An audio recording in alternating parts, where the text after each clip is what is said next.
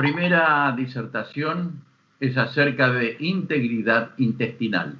El disertante es el médico veterinario zootecnista Gerardo Nava Morales, PhD, y lo patrocina Amlan International. El doctor Gerardo Nava Morales es médico veterinario zootecnista graduado en la Universidad Nacional Autónoma de México, con una maestría en Ciencias de la Sanidad Animal de la misma universidad. PhD en Ciencias de la Nutrición de la Universidad de Illinois, en Estados Unidos. Tiene un postdoctorado en la Washington University School of Medicine, Department of Pathology and Immunology de San Luis, Estados Unidos. Miembro del Sistema Nacional de Investigadores en el primer nivel, responsable del Laboratorio de Microbiología Molecular, Facultad de Química de la Universidad Autónoma de Querétaro. Más de 20 años de experiencia en temas de fisiología y microbiología molecular. Las líneas de investigación de su laboratorio se enfocan a estudiar, primero, la interacción de microorganismo hospedador, principalmente a nivel intestinal. Luego, los factores biológicos que regulan la diversidad del microbioma intestinal y su impacto en la función e integridad de la mucosa. Y tercero, diversidad, prevalencia, virulencia y multiresistencia a antibióticos de patógenos zoonóticos como Salmonella, Clostridium y Escherichia coli. 48 artículos publicados, 1.404 citas. Y aprovechamos para saludar a Margarita de Amlan, que tanto apoyo nos ha brindado. Adelante. Gracias, Isidro, por la presentación. Vamos a hablar de la integridad intestinal. Mi nombre es Gerardo Nava, soy profesor e investigador de la Universidad Autónoma de Querétaro. El día de hoy vamos a ver la integridad intestinal bajo 3 puntos importantes. Cómo es el funcionamiento del enterocito, qué es lo que debemos medir, cómo esa microbiota puede estar asociada a la mucosa intestinal y la interacción de estas poblaciones bacterianas con el hospedador. Es importante reconocer que las bacterias existen asociadas a la mucosa intestinal, están en un estrecho contacto y regulan el funcionamiento del enterocito. Pues la primera pregunta, ¿cómo se debe analizar el funcionamiento del enterocito? Todos estamos familiarizados con este tipo de cortes histológicos, donde podemos apreciar las vellosidades, las criptas, las células goblet, cada uno de los enterocitos. Y por muchos años lo que hemos hecho es medir la altura, el ancho de la vellosidad, la profundidad de la cripta como un indicador de la integridad intestinal. Sin embargo, nos hemos dado cuenta que muchas veces estos análisis no son adecuados. En este esquema podemos hacer una representación de los diferentes cortes de esta vellosidad y dependiendo dónde cortemos, vamos a tener diferentes alturas de la vellosidad y por eso tenemos este tipo de imágenes que a veces es difícil medir, no sabemos cuáles son las vellosidades adecuadas, qué significa una vellosidad así de corta, simplemente es el sesgo de dónde estamos cortando. Tenemos que mejorar las estrategias donde tenemos que medir. Y les voy a dar este ejemplo característico, es un artículo publicado en el 2017, donde un grupo de cerdos se someten a estrés crónico. ¿Qué tipo de estrés? Mezclar las poblaciones, reducir el espacio, y obviamente ese estrés va a provocar una reducción. Tenemos aquí los dos grupos, tenemos el grupo control y el grupo de animales sometidos al estrés y se evalúan los parámetros. Entonces, como es obvio, va a existir una reducción en la ganancia diaria de peso y un aumento en el índice de conversión y bueno, eso se corrobora con la producción, el aumento de cortisol. Pues estos animales están sometidos al estrés. Sin embargo, cuando se mide la vellosidad, es una imagen, grupo control y el grupo estresado, es obvio también que el grupo estresado tiene una vellosidad mucho más larga y tiene una vellosidad mucho más profunda. Y por mucho tiempo hemos creído que estos son buenos indicadores de la salud intestinal. Entonces, tenemos que cambiar la manera en que estamos midiendo el funcionamiento de nuestra mucosa intestinal. Y para eso tenemos que echar mano de las técnicas de biología molecular. Este es una microfotografía del enterocito, donde podemos apreciar las microvellosidades, el enterocito estaría en esta parte, esta es una célula goblet. Hay muchas enzimas que se están produciendo en la vellosidad, perdón, en la microvellosidad, y hay transportadores que nos van a ayudar a ingresar los nutrientes. Este es un esquema de esa misma fotografía. Tenemos aquí el borde de cepillo y estos son los transportadores específicos, por ejemplo, para glucosa, fructosa, ya sea que ingresen al enterocito y que puedan salir. Entonces, estos serían los marcadores moleculares que deberíamos de cuantificar para ver el funcionamiento intestinal. Queríamos ver si los productos aditivos, los probióticos, los prebióticos, realmente están favoreciendo la expresión de estos transportadores de nutrientes. El segundo punto importante, ¿cómo vamos a analizar esa microbiota intestinal? Hay una infinidad de artículos publicados cada año referentes a la microbiota intestinal de las aves. Sin embargo, no hemos avanzado mucho en entender el funcionamiento y la interacción con el hospedador. Una forma de hacerlo, todos estamos familiarizados con el tracto gastrointestinal de las aves, tiene su esófago, tiene su gublis o buche, proventículo, molleja, intestino delgado, los sacos ciegos, el colon y la cloaca. Entonces, hay varias formas de analizar. Una de ellas es analizar por regiones. Podemos caracterizar la microbiota del tracto gastrointestinal superior, del intestino delgado, del intestino grueso, de los sacos ciegos. Entonces, son diferentes regiones con diferentes poblaciones. Hay tres regiones importantes para medir las poblaciones. Una sería el contenido intestinal, la digesta, el material que está en la parte del medio de sus intestinos.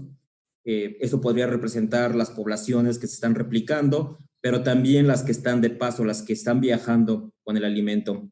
El otro tipo de muestra que podemos colectar es de la mucosa intestinal, analizar las poblaciones que están adheridas al epitelio. Para esto necesitamos hacer un raspado, una colección de estas poblaciones que están pegadas a la mucosa. Y tercero, el análisis en las excretas.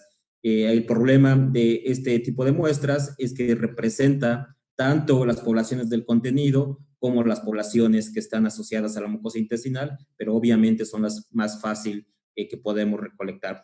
Cualquiera de que sean este tipo de muestras, las tenemos que someter al proceso de extracción de DNA.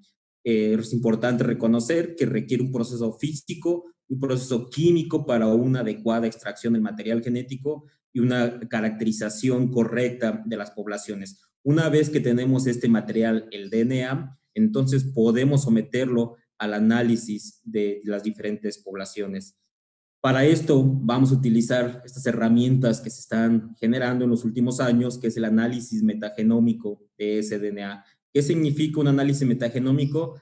Es secuenciar todo el DNA que recuperamos de esas muestras intestinales, ya sea identificar las poblaciones a través de la secuenciación del gen 16S-rRNA o secuenciar todos los genes que están presentes en esa muestra.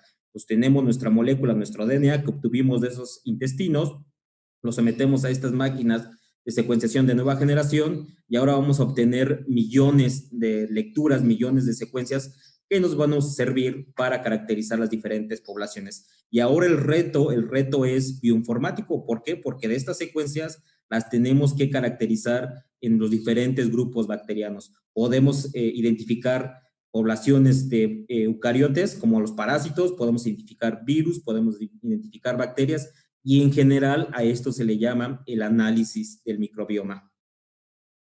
Algo importante que debemos de reconocer es que por alguna razón los microbiólogos nos vemos en la necesidad de caracterizar organismos a nivel de especie o a nivel de género. Todos los artículos tienen ese interés de identificar cuáles son las diferentes especies bacterianas que están presentes en la muestra. Sin embargo, el trabajo de nuestro laboratorio ha demostrado que no es posible caracterizar las poblaciones intestinales a nivel de género o a nivel de especie. Y les voy a dar este ejemplo, donde tomamos información genética, tomamos el genoma depositado en la base de datos del GenBank. Estos son diferentes Escherichia coli que se están en esa base de datos, y utilizando los métodos de análisis para las poblaciones bacterianas, los análisis metagenómicos, los clasificamos a los diferentes niveles taxonómicos: filum, clase, orden, familia, género y especie. Y aquí en este cuadro lo único que quiero ejemplificar es que todas estas Escherichias, cuando las sometemos al análisis, todas tienen, se pueden clasificar adecuadamente al nivel de familia, pero no las podemos clasificar adecuadamente al nivel de género. Aquí ya tenemos conflicto en la identificación. Utilizando estas tres bases de datos, si sometemos estas secuencias a identificación, vamos a ver que tienen diferentes resultados. En algunos van a ser Enterobacter, algunos Erwinias, algunos Salmonellas, siendo que todas las secuencias pertenecen a Escherichia coli. Esa es una limitante de estos análisis metagenómicos, y nosotros creemos que la caracterización a nivel de familia obviamente es la más adecuada porque se puede realizar, y segundo, porque podemos obtener información del funcionamiento de estas poblaciones. Pues, utilizando esta tecnología, prácticamente hemos caracterizado todas las poblaciones bacterianas del intestino de un ave. Esto es a nivel de excretas, es el porcentaje en abundancia, estos números corresponden a ese porcentaje, y en general esta sería todas las bacterias que pudieran estar presentes en ese intestino. Y lo más importante es que 9 o 10 poblaciones prácticamente representan el 90% de ese microbiota intestinal. Entonces ahora es fácilmente, podemos reconocer cómo están cambiando estas 9 o 10 poblaciones, porque ya tenemos un repertorio de su densidad y de las diferentes bacterias que están presentes. Entonces, ya que tenemos una manera práctica de caracterizar estas poblaciones, entonces nuestro laboratorio comenzó a hacer estudios de las poblaciones asociadas al lumen intestinal, asociadas a la digesta, que serían estas poblaciones que, como les comenté al inicio, posiblemente están viajando con el alimento. Y segundo, las poblaciones bacterianas que están asociadas a la mucosa intestinal. En este esquema, cada uno de estos cuadros representaría un enterocito, las células goblet que están produciendo sustancias mucinas, o las células que también producen sustancias antimicrobianas. Entonces, estas poblaciones asociadas a la mucosa intestinal han evolucionado para mantenerse en este ambiente, aun cuando hay secreción de sustancias antimicrobianas, aun cuando los nutrientes son escasos. Bueno, han aprendido a utilizar las mucinas, han aprendido a sobrevivir en este ambiente y regulan el funcionamiento. Hay un proceso de balance entre el enterocito y estas poblaciones, y lo que hacen es establecer una protección física para impedir que estas poblaciones puedan ingresar. Entonces nos hemos dado la tarea de caracterizar las poblaciones que están marcadas con el número 1, asociadas a la mucosa intestinal, y las poblaciones que están asociadas con la digesta. Entonces, en este esquema, este sería nuevamente nuestro enterocito, y creemos que hay unas poblaciones que siempre van a estar adheridas a la mucosa intestinal y otras poblaciones que se van a encontrar asociadas a la digesta, al lumen. Cuando hicimos el análisis metagenómico de estas poblaciones, que está representado en esta figura, esta sería la abundancia relativa, este es el ambiente de la mucosa y el ambiente de las poblaciones asociadas al lumen o a la digesta. Y lo primero que observamos es que la mayoría de las bacterias asociadas a la mucosa intestinal pertenecen a la familia Lactospiraceae y Ruminococcacea.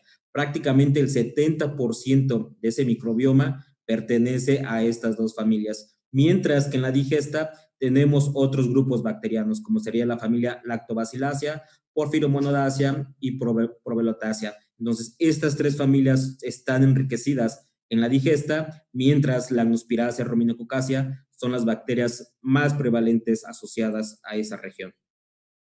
¿Y qué se sabe de la Lactospiraceae ruminococcacea? Es una fotografía que nosotros generamos en nuestro laboratorio.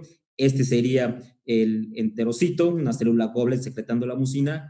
Estas Lactospiraceae ruminococcacea. Son bacterias de gran tamaño, estos son 5 micrones, entonces prácticamente esta bacteria puede medir de 15 a 20 micrones y están formando una capa protectora. Estas bacterias se han asociado a mejoras en el índice de conversión, protección contra enteritis necrótica, protección contra otras infecciones por bacterias intestinales, y siempre va a haber una asociación importante entre la cantidad de estas bacterias asociadas a la mucosa y una mejora en los parámetros de producción. Entonces, es importante que regulemos, que mantengamos estas poblaciones asociadas a la mucosa intestinal.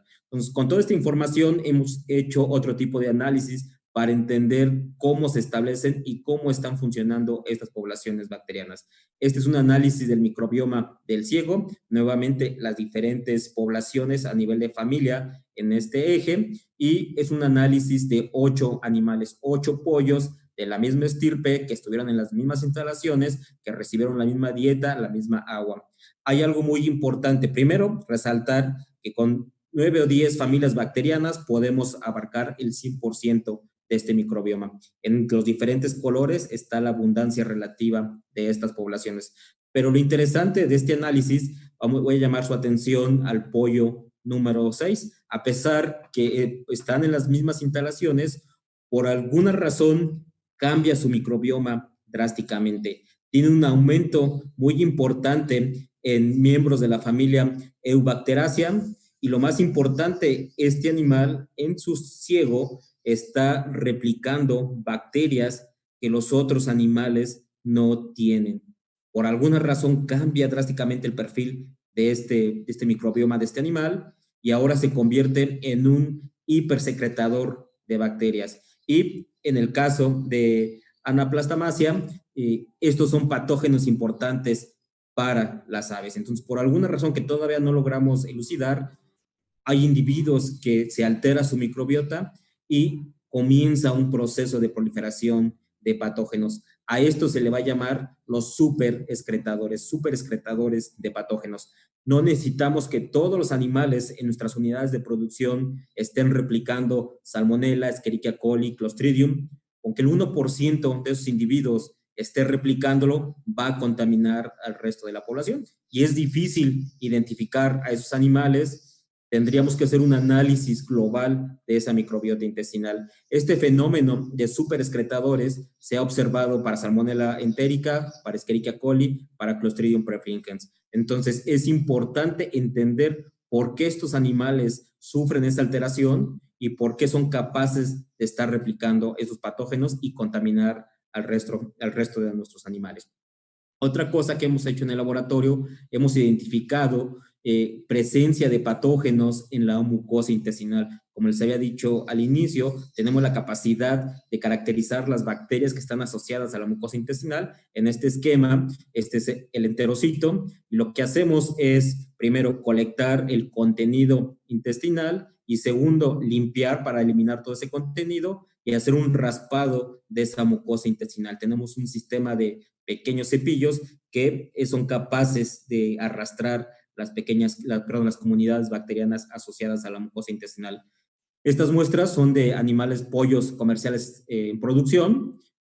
Observamos que el 61% de los animales tenían salmonela en el lumen intestinal. Pero lo que nos llamó mucho la atención es que el 38% de esos animales también tienen salmonela asociada a la mucosa intestinal, y los animales lucen saludables. Sin embargo, obviamente el enterocito va a identificar estas poblaciones bacterianas y va a iniciar un proceso de inflamación, el proceso de inflamación para eliminar la invasión de estas bacterias. Pues son de las cosas que tenemos que mejorar en el análisis de estas poblaciones bacterianas, ya no simplemente caracterizar las excretas, sino también las poblaciones que están en contacto directo con el hospedador.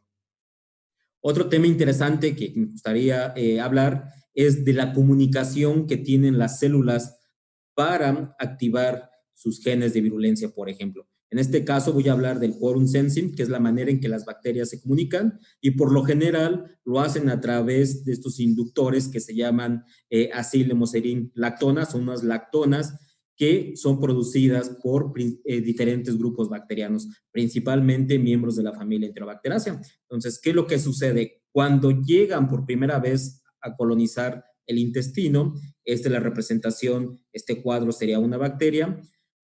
Antes de que haya una alta densidad de bacterias, cada una de estas células va a comenzar a producir hemoserin lactona, que está representada con este círculo azul. Entonces, hay una baja densidad de bacterias, empieza la secreción de esta hemoserin lactona y se empieza a acumular. ¿Qué es lo que sucede en el interior de esta célula? Nuevamente, esta sería la representación de una bacteria y tiene un operón. En este operón tiene el receptor para homocerin lactona, tiene el inductor, que sería esta figurita en azul, y también puede tener genes de virulencia. Entonces, cuando hay bajas densidades, hay baja concentración de homocerin lactona, hay baja concentración del inductor. Cuando aumenta la población, cuando aumenta la densidad, de la misma manera aumenta la concentración del inductor. Y este aumento en la concentración del inductor es un regulador. Si empieza a aumentar el inductor, aumenta la cantidad de homocerin lactona que puede ingresar al interior de esa célula y ahora eso va a regular los genes de virulencia. Se producen las proteínas, los factores de virulencia, y esto nos puede causar un daño al hospedador. ¿Por qué hacen esto las bacterias? Obviamente, si empezaran a replicar sus factores de virulencia cuando están en baja densidad, el sistema inmune del hospedador las va a destruir. Esto es fácilmente manejable. Por eso tratan de pasar desapercibidas. No quieren comunicar que están iniciando un proceso infeccioso. Sin embargo, cuando ya hay una alta concentración de bacterias patógenas, aumenta este inductor y entonces es la señal de que es momento de atacar al hospedador. Entonces, una de las cosas que tenemos que aprender a hacer es bloquear este inductor. Y en este ejemplo, esto se descubre con las poblaciones de vibrio. Vibrio tiene la capacidad de florecer gracias a esta comunicación de quorum sensing. Entonces, lo que queremos hacer es evaluar qué aditivos tienen la capacidad de bloquear esta vía de comunicación bacteriana. Entonces, como les decía, este fenómeno se descubre en poblaciones de vibrio, al igual que les mencioné en la diapositiva anterior, tenemos el inductor, tenemos un receptor, y cuando hay una alta concentración de vibrio, en este caso no se expresan genes de virulencia, en este caso se expresan genes que codifican para una proteína que les da la capacidad de florecer, que les da brillo a esas células. Entonces, cuando hay una alta densidad, se activan estos genes y las células empiezan a florecer. Se toma ventaja de este modelo para evaluar el efecto de estos aditivos. En este caso, en este eje tenemos el tiempo en horas y en este otro la cantidad de fluorescencia, cómo florecen estas células y medio control y diferentes concentraciones de un aditivo que es calibrin Z. Entonces, como podemos observar, al aumentar la concentración de este aditivo, se disminuye, aquí está marcado en azul, 10 miligramos, disminuye la fluorescencia. ¿Qué quiere decir? Que estamos bloqueando la comunicación que le permite a las bacterias comunicarse e indicar cuándo es momento de florecer. Entonces, hay aditivos que podemos utilizar para bloquear esta comunicación. Y en este otro ejemplo también lo mismo, estos son niveles de fluorescencia, las diferentes concentraciones de, en este caso también calibrin Z, y lo que podemos observar es que dependiendo las horas de inoculación, podemos bloquear esa señal, podemos bloquear la comunicación de las bacterias y a altas concentraciones, después de varias horas, prácticamente el organismo deja de florecer. Entonces, es la oportunidad que tenemos para evitar el uso de antibióticos, buscar algunos aditivos que tengan la capacidad de bloquear estos sistemas de comunicación. Y finalmente, ¿qué es lo más importante? Como les mencioné en el transcurso de estas diapositivas, este sería la representación nuevamente de nuestro enterocito con su borde de cepillo en la parte superior. Por lo general, este enterocito va a estar absorbiendo nutrientes, va a estar en contacto con poblaciones bacterianas, va a expresar varias enzimas en este borde de cepillo, va a tener los transportadores para ingresar los nutrientes, ya sea del lumen hacia la parte basal y de la parte basal hacia torrente sanguíneo. Ese sería el funcionamiento normal de los enterocitos. Sin embargo, si nosotros alteramos estas poblaciones bacterianas, este enterocito va a cambiar completamente. Ya no va a ser una célula encargada de la absorción de nutrientes, sino se va a convertir en una célula de defensa. Este enterocito tiene todos los mecanismos moleculares para hacer un tejido que puede inducir la inflamación. Tiene receptores que van a detectar la presencia de esas bacterias, tiene la capacidad de señalización para inducir la producción de citoquinas y entonces aumentar el nivel de inflamación que está existiendo en los tejidos. Entonces, es importante que mantengamos la homeostasis de ese enterocito, que no deje de ser un órgano de absorción de nutrientes, que no se convierta en este órgano de defensa. ¿Cómo podemos hacer eso? Manteniendo estas poblaciones comensales que están asociadas a la mucosa, impidiendo que los patógenos lleguen y penetren esta célula. Otra cosa importante, cuando este enterocito comienza un proceso proinflamatorio, induce todos los mecanismos de inflamación, también cambia la cantidad y la calidad de mucinas que se están produciendo. Este cambio de mucinas va a alterar las poblaciones asociadas a la mucosa intestinal, empieza a surgir una invasión por otras bacterias que están asociadas a la digesta. El enterocito se ve en la necesidad de producir otras sustancias antimicrobianas y prácticamente a partir de ese punto se altera la homeostasis. Este enterocito deja de absorber y se dedica a defenderse de la invasión de por estas bacterias. Esto sucede en el caso de enteritis necrótica. Hay un cambio en esas poblaciones intestinales, cambia el funcionamiento del enterocito, se convierte en una célula proinflamatoria, cambia el perfil de mucinas y Clostridium perfringens utiliza las nuevas mucinas como sustrato y prácticamente elimina al resto de la población y es por eso que causa ese daño a la mucosa intestinal. Entonces, es importante que podamos regular las poblaciones, que podamos analizar ese funcionamiento del enterocito y para eso, como lo mencioné en el transcurso de la presentación, requerimos de los métodos moleculares. Ya para terminar, este es uno de los avances que hemos tenido, esa colaboración con la compañía Alam, que patrocinó esta presentación, donde hemos evaluado el efecto de algunos de sus productos sobre poblaciones en el intestino. Y este es nada más el ejemplo de la cuantificación de Escherichia coli en animales tratados con un producto comercial y animales tratados o sin tratamiento de grupo control. Y bueno, se logra generar una reducción de las poblaciones a nivel del lumen intestinal. Ya estamos conduciendo los experimentos para ver cómo afecta a las poblaciones asociadas a la mucosa intestinal. En general, tenemos que mejorar las herramientas con las cuales estamos caracterizando la integridad y el funcionamiento de la mucosa intestinal.